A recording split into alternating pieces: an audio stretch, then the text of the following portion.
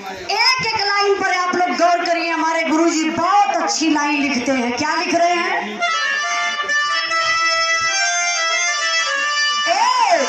अरे बेटा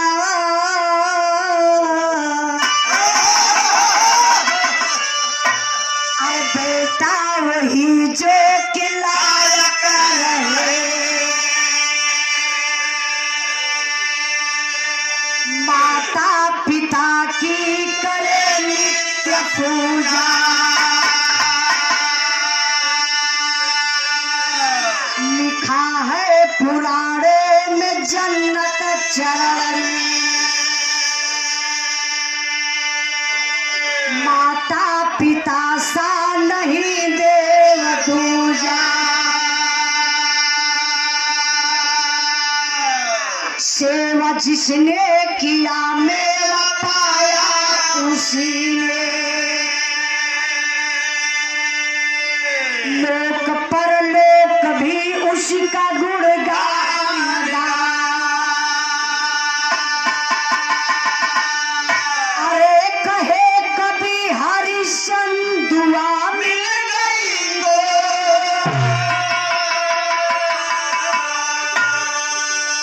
जन्मो जन्म के बंधन से मुक्ति को पाया,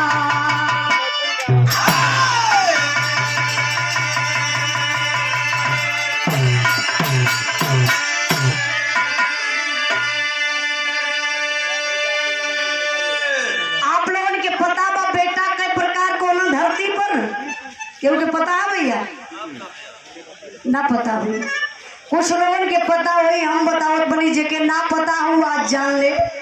ये धरती पर 3 प्रकार का बेटा होलन, पूत सपूत कपूत। कहो भैया पियर का कम सा ले। हेलो हो भैया फोटोग्राफर अरे सामने से यार, ये भैया मोबाइल वाले भाई, अरे सब पीछे में अरे एकदम सब चचा वाला ना ये मगरू चाचा वाले हैं, आई रेजिमेंट वाला पक्का वाला मगरू चाचा चोरी करे। हाँ तब एक मतलब अही रेजिमेंट का चोरी करना मंगरू चाचा। हाँ पियर का गमछा से बड़ी डर लगेली, काहे सो कौन पलटी आदमी खा दे ओके खुद न पता बा। आई अरे हम तक कहला जात है ध्यान नहीं, हम कौन बात कहत हई कुछ पता रहिया कौन के? अरे क्या वाह मेरे दादा, बहुत बहुत धन्यवाद। ए भगवान अभी ये मनाए रही से दादा कभी कलाकार ना बड़ा होला, आप लोग बड़ा होला, जो हम कलाकार की आप लोग बड़ा बनावेला। हमने तो भुला गए बतिया लेकिन दादा याद करके हो कहा पर पूत सपूत कपूत। दादा हम बतावत थे 3 गो बेटा धरती पर होला, पूत सपूत कपूत। पूत का मतलब वो होला जो बाप का बनावल प्रॉपर्टी बचाए के वतने को छोड़ले बा कमात खात हो, जो से मतलब ना रखा तो सब लोग वाले फलाने का पुतवा बा ना बचा ले बा फलाने का लड़का बचौले अपने प्रॉपर्टी के वो पूत बा। सपूत का मतलब बाप के बनौले से 4 गुना ज्यादा बेटवा बना देलस। गाँव में लोग कह रहे भैया फलाने का बेटवा पूत ना सपूत है, वो बहुत बड़ा सपूत बाप के बनौले से ज्यादा 4 बेसी बना दहलस, 4 गुना बेसी बना दहलस। अच्छा कपूत बेटवा हमरे मास्टर लिए ये अपने माई बाप का कपूत बेटा हो। अब आप लोग का उजलवा के मास्टर है, जब ऐसा हो तो का हुई हमारे मास्टर साहब अपने उम्र में अपने बाप का साइकिल बेच लेंगे लड़की के चक्कर में। अच्छा बिहाई वाली ससुराली के चक्कर में। कपूत का मतलब ये होला कि बाप का बनावल प्रॉपर्टी बेटवा बेच के अयासी कर ले, बेटवा बेच के दारू शराब पी ले, वो कपूत बेटवा बा। ए लिए आप लोग से हाथ जोड़ के हम निवेदन करबे कि बाप का सपूत बेटा आप लोग बनी।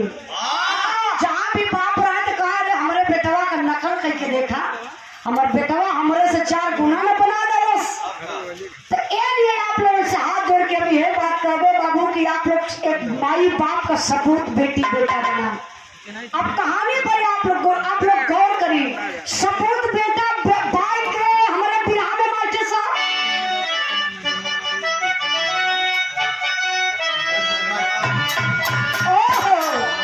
कहानी हमारे यहीं से शुरू हो गई। बात और समय का बाद जौने समय राजा दशरथ अपने बेटा भगवान रामचंद्र जी के वनवास कर वन में भेज देना, जंगल में भेज देना। अच्छा देखा ये पापे हवा ना, बाप के भी ऐसा ना चाहिए। बाप मतारे की भी अपने बेटी बेटा के प्रति अच्छा सोचे के चाहिए। लेकिन राजा दशरथ अपने बेटा भगवान रामचंद्र जी के बाबू भेज देना जंगल में। भगवान रामचंद्र जी 14 वर्ष भैया 14 वर्ष बितावत हो। यहाँ वही शोक में राजा दशरथ का मौत हो गई। बेटा के शोक में राजा दशरथ की मौत हो जाती है और राजा दशरथ के आत्मा के शांति मिलती न बा। चारों लोग, तीनों लोग, 14 भुवन, ये राजा दशरथ के आत्मा बाबू भटकत बा, कहीं स्थान ना मिलत बा। एक दिन भगवान रामचंद्र जी सुतल रहन, कोई सुतला में भगवान के एक आवाज सुनाई देलस। भगवान रामचंद्र जी के आवाज यह सुनाई पड़ल कि हमारे ही पिता राजा दशरथ जी की आवाज है, हमारे पिताजी की पुकार है कि अरे बेटा तुम सोए हो, मेरी आत्मा तीनों लोग 14 भुवन में भटक रही है। एक काम कर बेटा, मेरी आत्मा को शांति के लिए पिंडादान तुमको करना पड़ेगा। पिंडादान करके मेरी आत्मा को शांति दिला दे बेटा। भगवान रामचंद्र जी का नींद टूट गई, उठ के बैठले अपने पत्नी सीता जी के बोलन और सीता जी के बुलाए के कैलन का मास्टर साहब तर्ज लगल बा।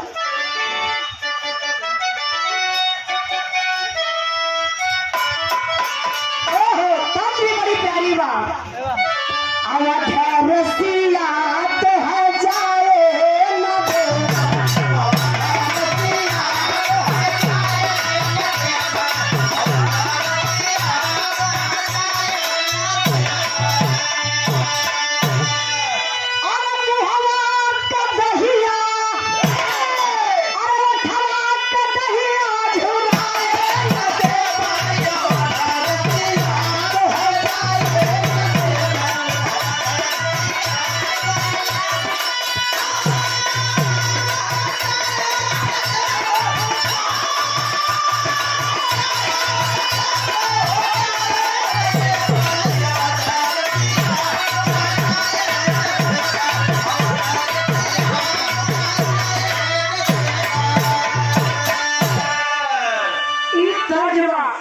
आप लोग भाव पर गौर करिए।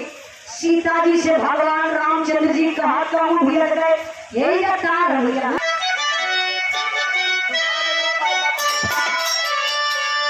पर आप लोग गौर करिए कैसे चुकावा करा जा माई बाबू कब करा।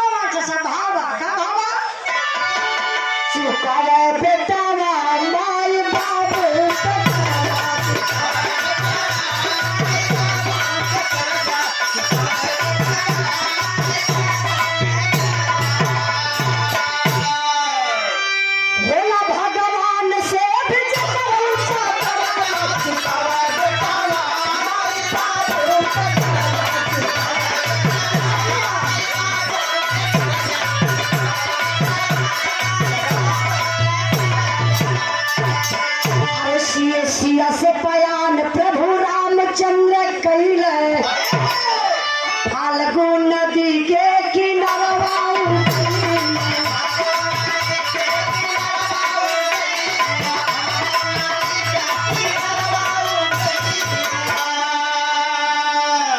अरे पूजा के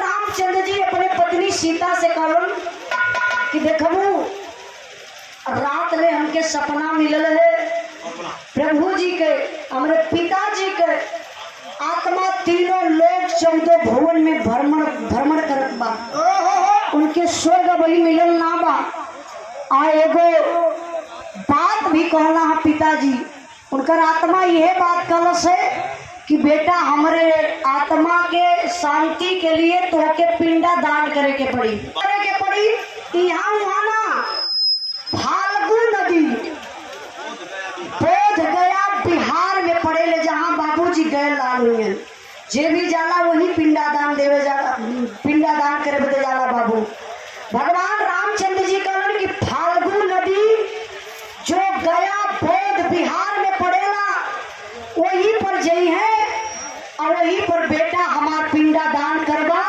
हमरे आत्मा के शांति भेटा जाई। साथ में प्रभु भगवान रामचंद्र जी और सीता मैया आप लोग चल रहे बाबू फाल्गु नदी के किनारे कहाँ गया बोध में अगर फाल्गु नदी के किनारे गए प्रभु भगवान रामचंद्र जी तो करत कहाँ अजय यादव लहोरेपुर के धरती से 100 रुपए का पुरस्कार बहुत बहुत प्रणाम। पांचू राम यादव 100 रुपए का पुरस्कार लोकई कपुरवा और रामाश्रय यादव लाला कपुरवा मछना के धरती से 100 रुपए का पुरस्कार बहुत बहुत प्रणाम आशीर्वाद कचारे। आए जरा गौर करेंगे बाबू अब भगवान रामचंद्र की सीता मैया चल गई कहाँ सीता जी के भगवान रामचंद्र जी बैठा दल कल आप बैठा हम जाला पूजा का सामग्री लेके अबे अवत है प्रभु भगवान रामचंद्र जी पूजा का सामग्री ले दे गए वहाँ बाबू अब मेरे आयन होट का बड़ा चट कर दे बदल गए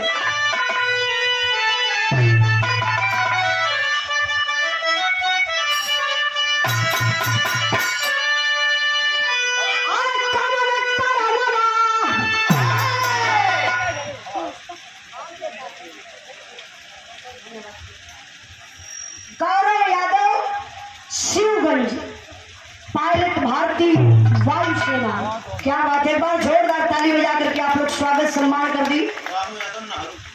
आप रामू यादव नाहरूपुर के धरती से सब नाहरेपुर लोहरेपुर के धरती से रामू यादव लोहरेपुर के धरती से हाँ लोहरेपुर के धरती से 100 रुपए का पुरस्कार। सीता मैया फाल्गु नदी के किनारे लोग पहुंचे हुए तो हो कब मास्टर साहब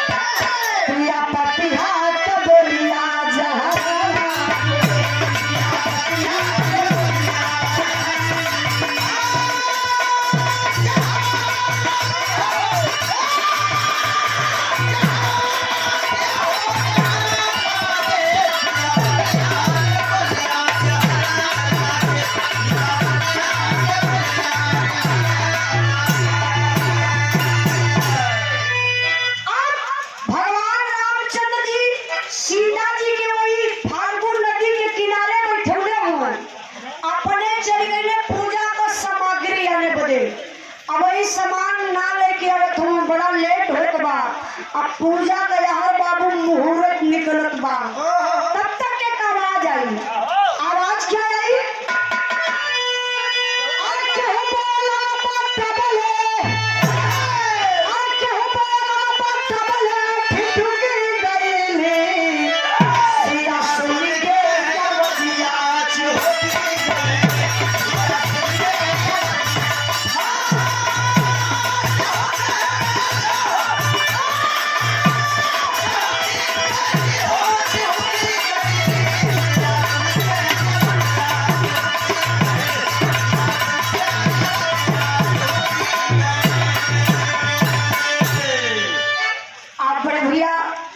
साहब विधानसभा अध्यक्ष समाजवादी पार्टी गौरीगंज के धरती से 100 रुपए का पुरस्कार देकर सम्मान किए और विश्वनाथ यादव जिला सचिव समाजवादी पार्टी अमेठी से आप बड़े भैया जी की तरफ से 100 रुपए का पुरस्कार बहुत बहुत प्राप्त आशीर्वाद के जा रही आवाज आई क्या आवाज आई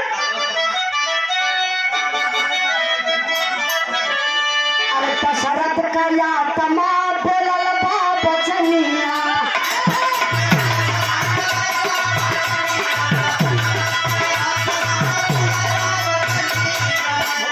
भूख लगल बेटी करावता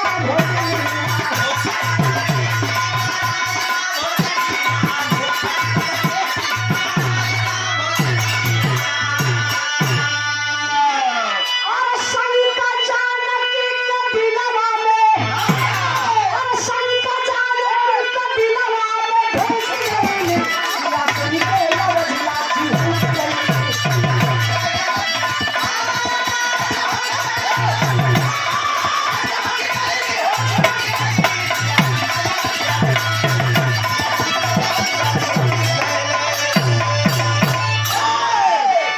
गौर करेंगे बाबू। सीता मैया वही फाल्गुन नदी के किनारे बैठल रही, तब तक राजा दशरथ की आत्मा बोल उठती है बाबू, आवाज लगाती है, सुनसान जगह बा आवाज यही आई, अरे बेटा मुहूर्त निकल रही है पूजा की, पिंडादान नहीं हो पाएगा समय से तो फिर पिंडादान करने का मतलब कुछ नहीं निकलेगा, मेरी आत्मा तीनों लोक 14 भुवन में भटकती रह जाएगी। सीता जी आवार देखी लौकात के उना बस अवजिए अवत बा। सीता जी कहली कि अरे बाबूजी हम कैसे पिंडादान करी, हमारे पास तो कुछ ना बा, अभी पति देवगण में पूजा का सामग्री लेवे बदे, तब तक फिर आवाज आई, अरे बेटा पूजा की सामग्री की कोई जरूरत नहीं है, एक काम करिए यही ऐसी फाल्गुन नदी से बालू उठा लीजिए और उसका पिंडी बना लीजिए। अब पिंडी बना करके बस तुरंत बाबू ऐसे ही फाल्गुन नदी में हाथ निकलल, शरीर ना निकलल, बस इतना बड़ा हाथ ऐसे निकलल, वही आवाज फिर आ रही है कि बेटा छोटे छोटे पिंडी बना करके और मेरे हाथ पे रख दे, अब पिंडादान हो जाएगा, मेरी आत्मा को शांति मिल जाएगी। ऐसे ही हाथ निकल और सीता माता वही फाल्गुन नदी में से बालू निकाल के छोटे छोटे पिंडी 5 गो बना के हथवा पे रखली, अरे बाबू हथवा समाप्त हो गए, पिंडादान हो गए। अरे पिंडादान हो गए, अब भगवान रामचंद्र जी पूजा का सामग्री लेके आ गए। अरे पूजा का सामग्री लेके अलन तब का धर्मास्टर सब गीत बदल गए हो।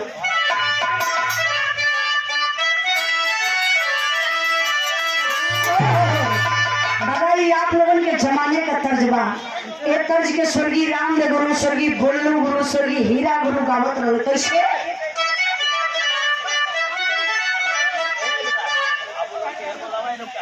ए भैया बिना कहाँ पहुंचल चाचा, याद कैले रहे कहा क्या बात है चाचा का, तो भगवान सामान लेके आ गए हुआ इंद्राज भैया। हम तो माई से जानो चाचा जब घर से चली गए ना, कहला कि हे माता रानी रुपया पैसा मिले चाहे ना मिले, लेकिन पब्लिक हमके बढ़िया दे दी है, बाकी जब हम गाई तो हमार बिरहा हमार पब्लिक समझ ले जाए, यहाँ का पब्लिक बहुत बढ़िया है इंद्राज भाई। 2 घंटा से समझाओ तो समझे अरे पागल तुम्हें पता ना, हमसे तो ऐसे समझदार लोग भैया हो। अरे इतना समझदार रहता तो धामे में लोग खड़ा रहता है।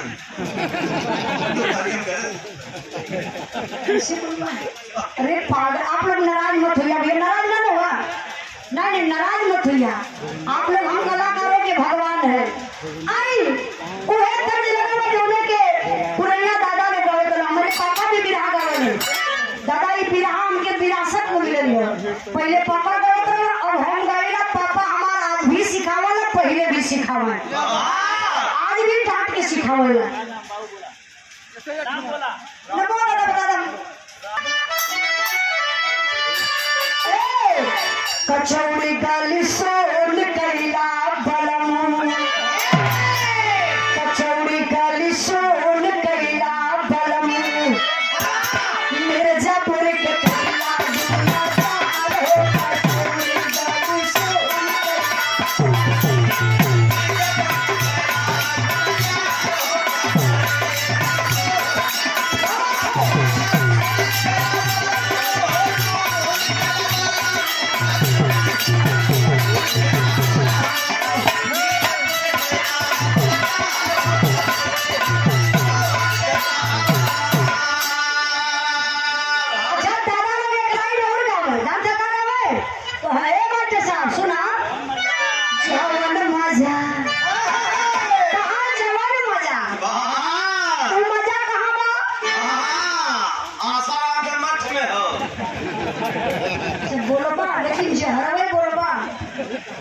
वो कोनो मठ कोनो मंदिर कोनो गुरुद्वारा में ना मिली। कहाँ मिली मजा? जवन मजा आम की चटनिया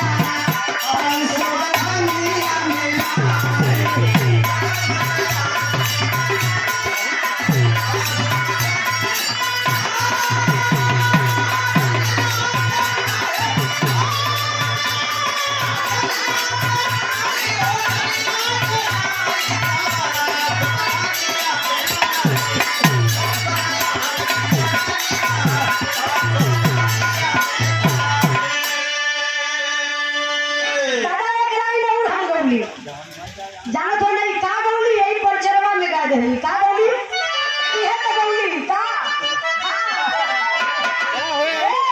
खेतवा तो खाई गईला सड़वा चोरी रखे।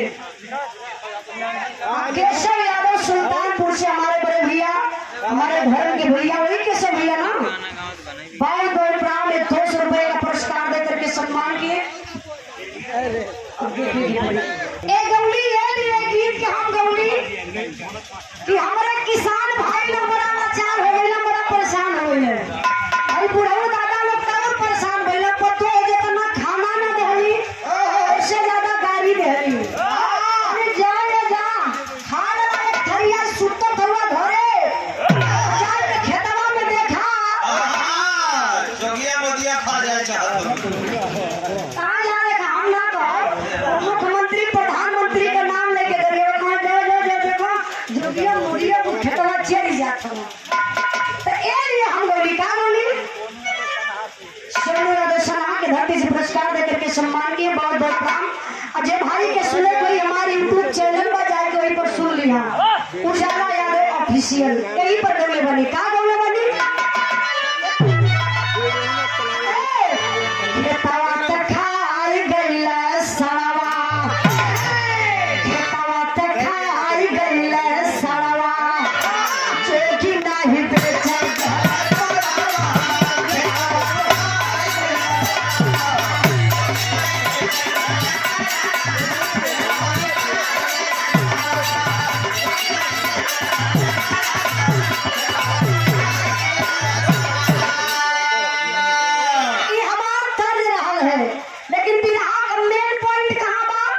भगवान रामचंद्र जी पूजा का सामग्री लेके आए हुए और सीता जी के सामने रखले हुए।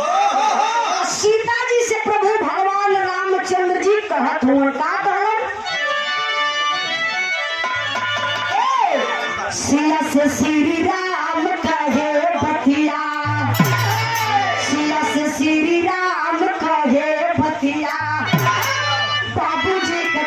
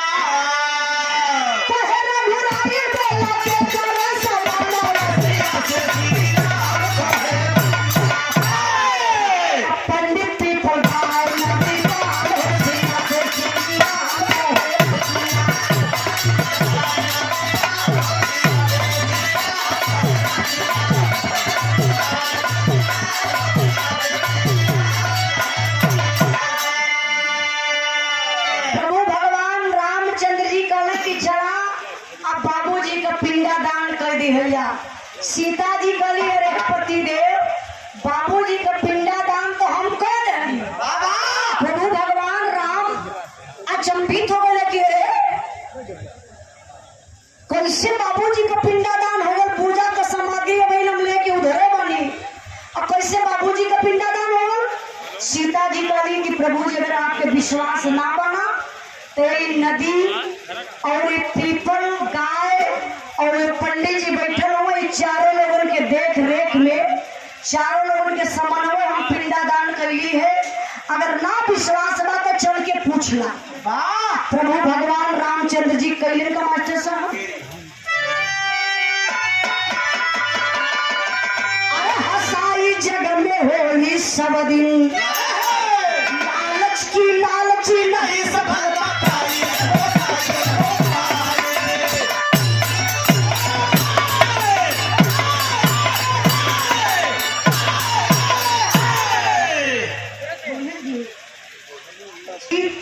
लखन जी टेंट हाउस सिमरा के धरती से 100 रुपए का पुरस्कार बहुत बहुत नाम आशीर्वाद के जा रही।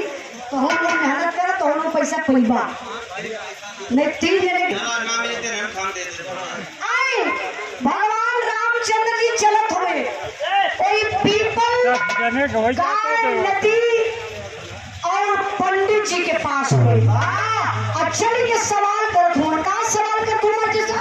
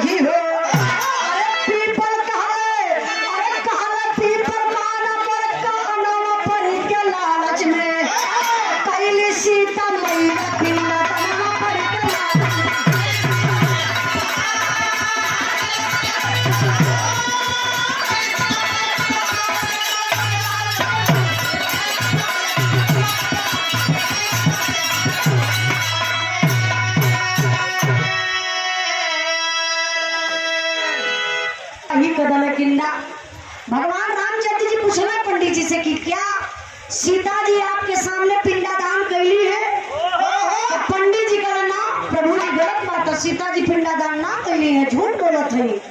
अच्छा फिर आगे बढ़ने गईलन नदी के पास तो नदियों से पूछना है वो फाल्गु नदी से कहले सीता मैया सीता जी पिंडादान कैली है देखलू है नदी भी गवाही झूठा कली कली ना सीता जी पिंडादान ना कैली। प्रभु जी आगे गईलन और गाय के पास कहले कि गैया से पूछना कि गौ माता ई बतावा सीता जी पिंडादान कैली है देखलू है? तो गैया झूठ बोलस कहलस ना सीता जी पिंडादान ना कैली, झूठ बोलती सीता जी। अब बाबू सीता जी परेशान हो गई कि अरे कि तो हम अपने प्रभु भगवान राम के सामने लज्जित होतेला बेइज्जत होतेला झूठ बन जातेला जो कि हम पिंडादान कैली। आखिरकार में काहे पंडित झूठ बोलत हुए सीता जी श्राप डाली। पंडित जी झूठ काहे बोलना चाचा पता बा? झूठ ये लिए बोलन कि सीता जी पिंडादान कैली दान दक्षिणा कुछ ना दहली। अब प्रभु भगवान रामचंद्र जी करी है तो कुछ दान दक्षिणा मिली जरूर। अब यही लालच में लोग गवाही झूठे का दालस। अब सीता मैया शराब दे, शराब कैसे देती? ये देखिए सिया राम बसई का पूर्वा बैंड पार्टी वाले भैया मालिक है और लगन सामने होता 9129 के धरती से आप ब्लॉक अध्यक्ष दुबेपुर समाजवादी पार्टी से 100 रुपए का पुरस्कार और रंगी लाल यादव कमोलिया के धरती से सेक्टर प्रभारी रिसौली के धरती से 100 रुपए का पुरस्कार। आई नेताजी आई तरफ से 100 रुपए का पुरस्कार गोसाईपुर से और घेराऊ यादव जी की तरफ से सरैया के धरती से 100 रुपए का पुरस्कार। राज बहादुर यादव जी की तरफ से 200 रुपए का पुरस्कार। हैप्पी यादव जी की तरफ से 100 रुपए का पुरस्कार। वासुदेव यादव जी की तरफ से 100 रुपए का पुरस्कार और अरविंद यादव प्रधान जी की तरफ से 100 सपहा के धरती से 100 रुपए का पुरस्कार। अनिल यादव प्रधान जी की तरफ से 100 रुपए का पुरस्कार कोटा से 200 है 100 रुपए लिखा है। वापस करवा नेताजी नाही अब जवन आई अरे धन्य रे ललचिया धन्य अरे धन्य रे ललचिया जवान सब कुछ करावे भैया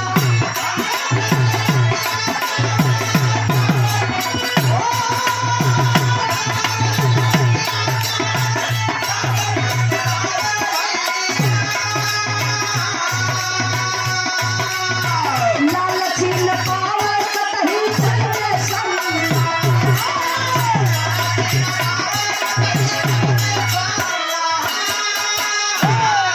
लालच में गवाही तीनों झूठ बोल कैया भैया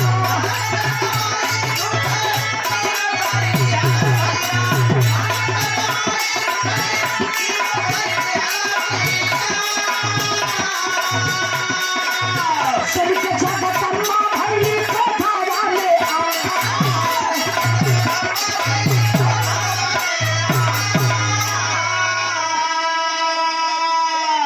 दुनिया में बाबू लालच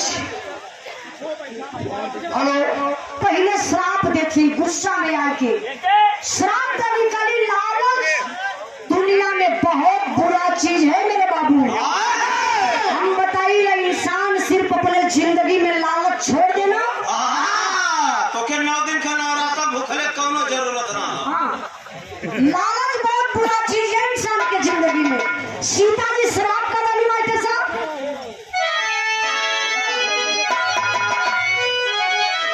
अरे पंडा के सरा पावा सोन हसिया भैया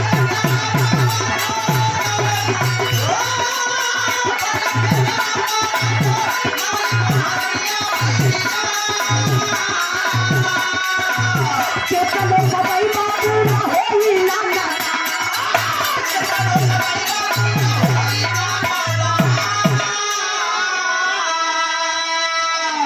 सबसे पहले सीता जी वही पंडित के श्राप सुनौली पंडित भैया पंडित जी के श्राप का निकली कि अरे मूर्ख पंडित जात का पंडित ब्राह्मण मूर्ख मेरे इज्जत पर तूने धब्बा लगाया झूठ बोला और मुझे झूठ बनाया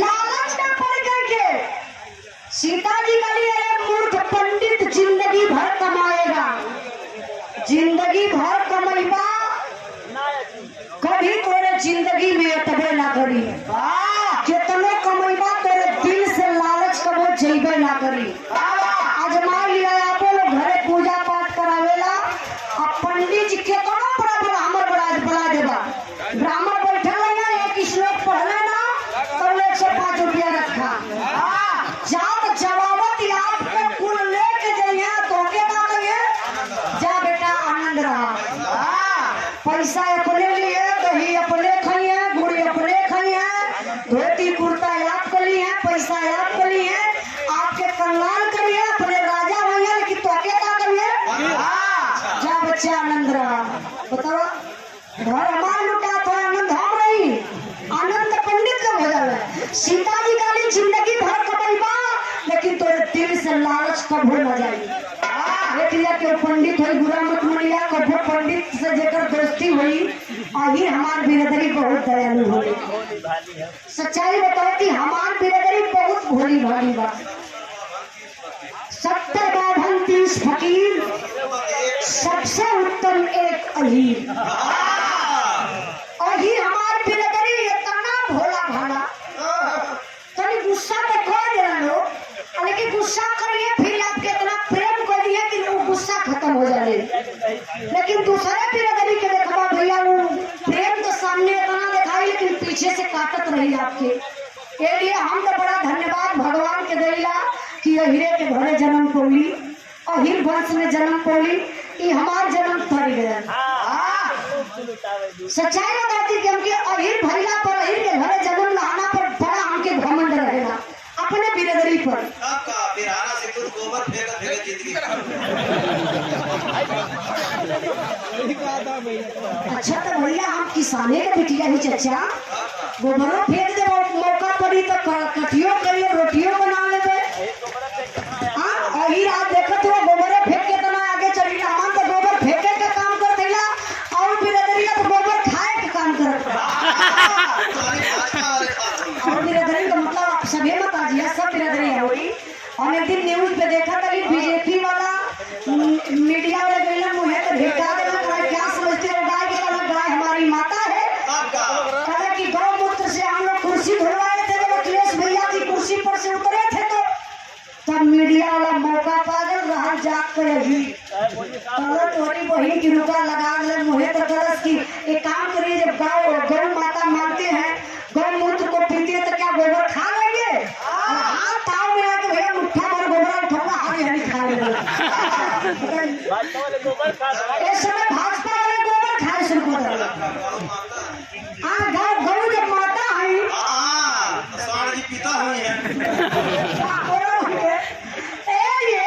अब वहां ना जाए तो राजनीतिक मंच ना बा लेकिन तनी तनी कभी कभी आई जाला जब रात दिन हम राजनीति करत बनी तो आई जाला।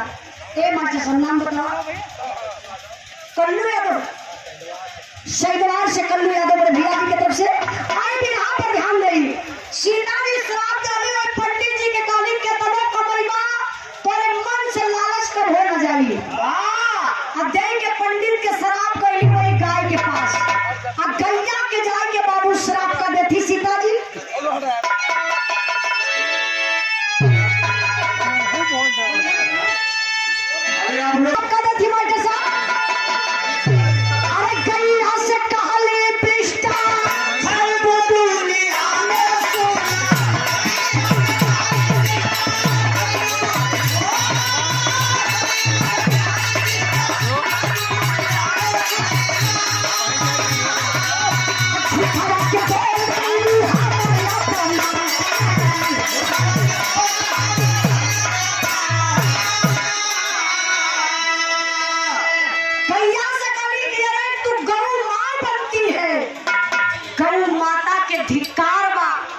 लालच में आए के झूठे गवाही कैलू हमके झूठ बना देलू जा तो हर पूजा के तनो समाज में होई तोरे गोबरे तक का पूजा हो जाई लेकिन खैबू तो हमेशा तू झूठनों में खैबू। आज तक केहू गाय के बनाए के भोजन रोज खियावेला भैया बहुत करवा एक रोटी खिया देगा डेली अगर गाय के एक हड्डी बना के दाल चावल खियावे के होई तो केहू के बस का बात ना। ए चचा लोग का तो थोड़ा सा यहाँ वजह भैया अब पब्लिक ज्यादा हो गई बा भीड़ ज्यादा हो गई बा अब बिचवा में धूप बा यही से प्रॉब्लम बढ़त बा नहीं तो काम बढ़िया हो गया। काली जाओ गाय का श्राप देनी काली तोहार पूजा होई जरूर लेकिन खैबू तो सबकर जुठवे। अगर देखा गंदगी बा बढ़िया घास उगल बा तो गैया वही चरे लगी। बताइए जरा अब सीता जी श्राप देती वही फाल्गु नदिया के अब नदिया के का श्राप देली माता साहब सम्मान किए जय समाजवाद केशव यादव कोची दादूपुर सुल्तानपुर से 200 रुपए का पुरस्कार देके भैया के बहुत बहुत प्रणाम। राम तिलक यादव रवनिया पश्चिम से के धरती से 100 रुपए का पुरस्कार बहुत बहुत प्रणाम। सीता जी देती का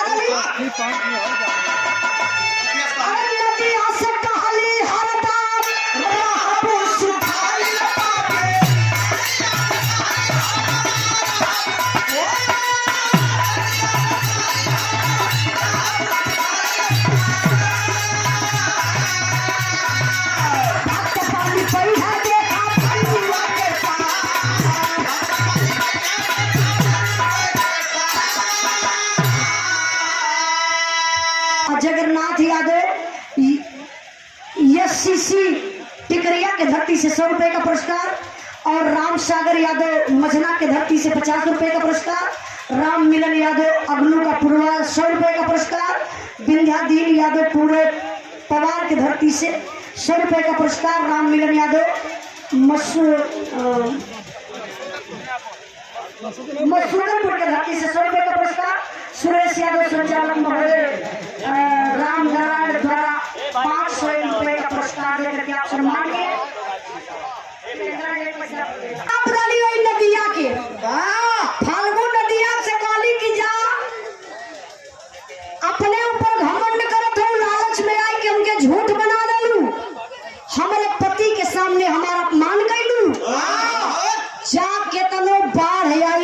केतनो पानी बरसी लेकिन हमेशा से तू सुखली रहबो। देखा फिर छोड़ दे भैया हटा हुआ से आप लोग का हमेशा तू सुखाई रहबो। आज भी बाबू फाल्गुन नदी आप लोग दादा गए रहिए देखले हुई जे भाई जात हो गया आप लोग जानत हुई फाल्गुन नदी कितने बाढ़ आई कितने पानी बरसी लेकिन फाल्गुन नदी में पानी आई ढलक के चल गई नदियां सुखा जाने। सीता जी है शराब डाले निकाली अगर भक्त लोगन के पानी चाहिए तो बलुआ टायर के नीचवा से बलुआ के पानी पाई जाई है।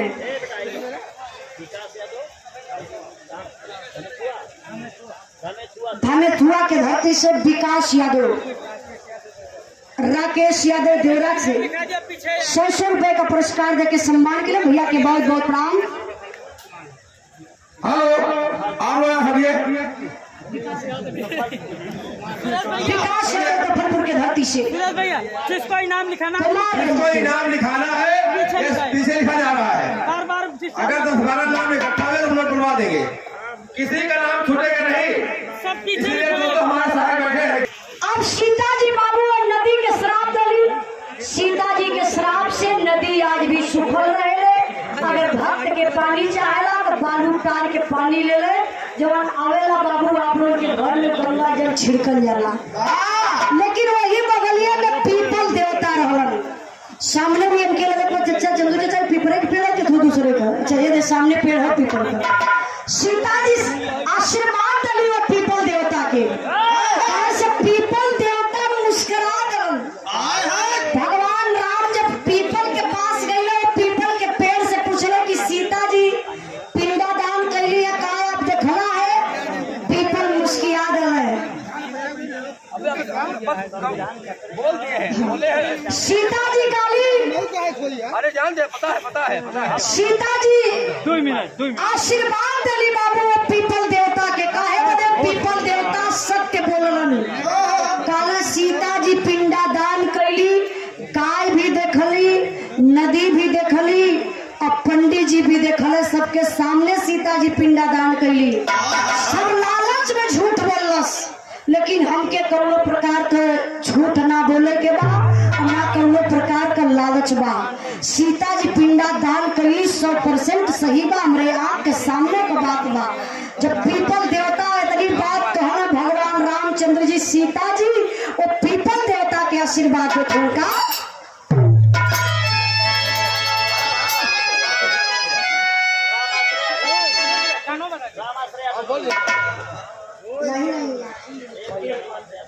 रामाश्रय यादव जी बड़े भैया जी की तरफ से पुरस्कार बहुत बहुत प्रणाम। ए भैया तरवा छोड़ देता हरदम जनता ने देखी ना कहाँ से छोड़त बा अब पकड़ लो फिर छोड़ देता देखी कहाँ से मेहनत पड़ जाते यार से आवाज आवाज के तो ना आई पीपल देवता के सीता जी आशीर्वाद करे थी। अरे प्यार परदान राम सुखदाई बबुआ वही है काला जुग में तोरे पुजारी बबुआ।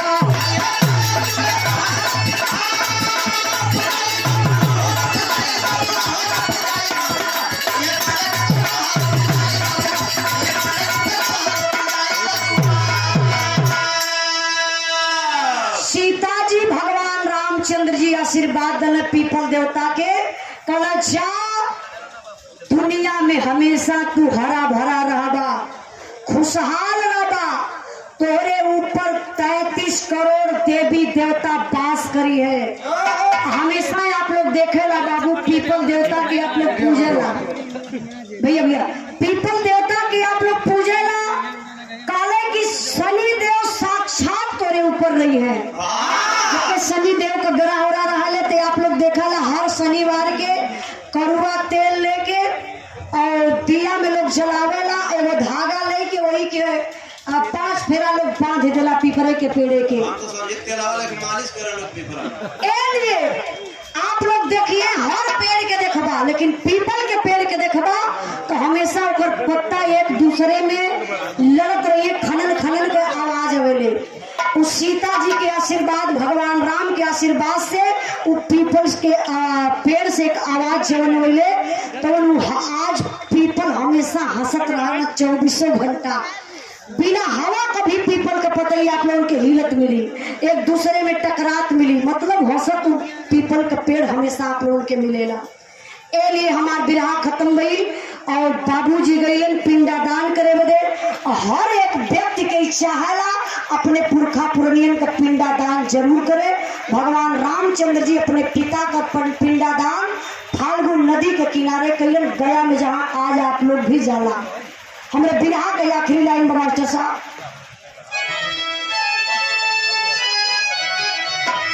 गुरु बिहारी गुरु गणेश गुरु रामलाल गुरकारी स्वर्ग गए चंद्रिका कवि चंदी बने पुजारी।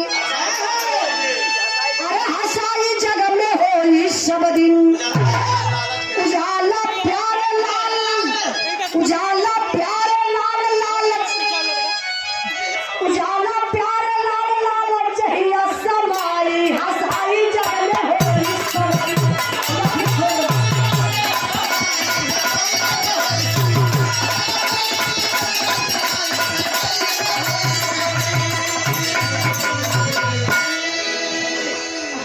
हम बोल रहे थे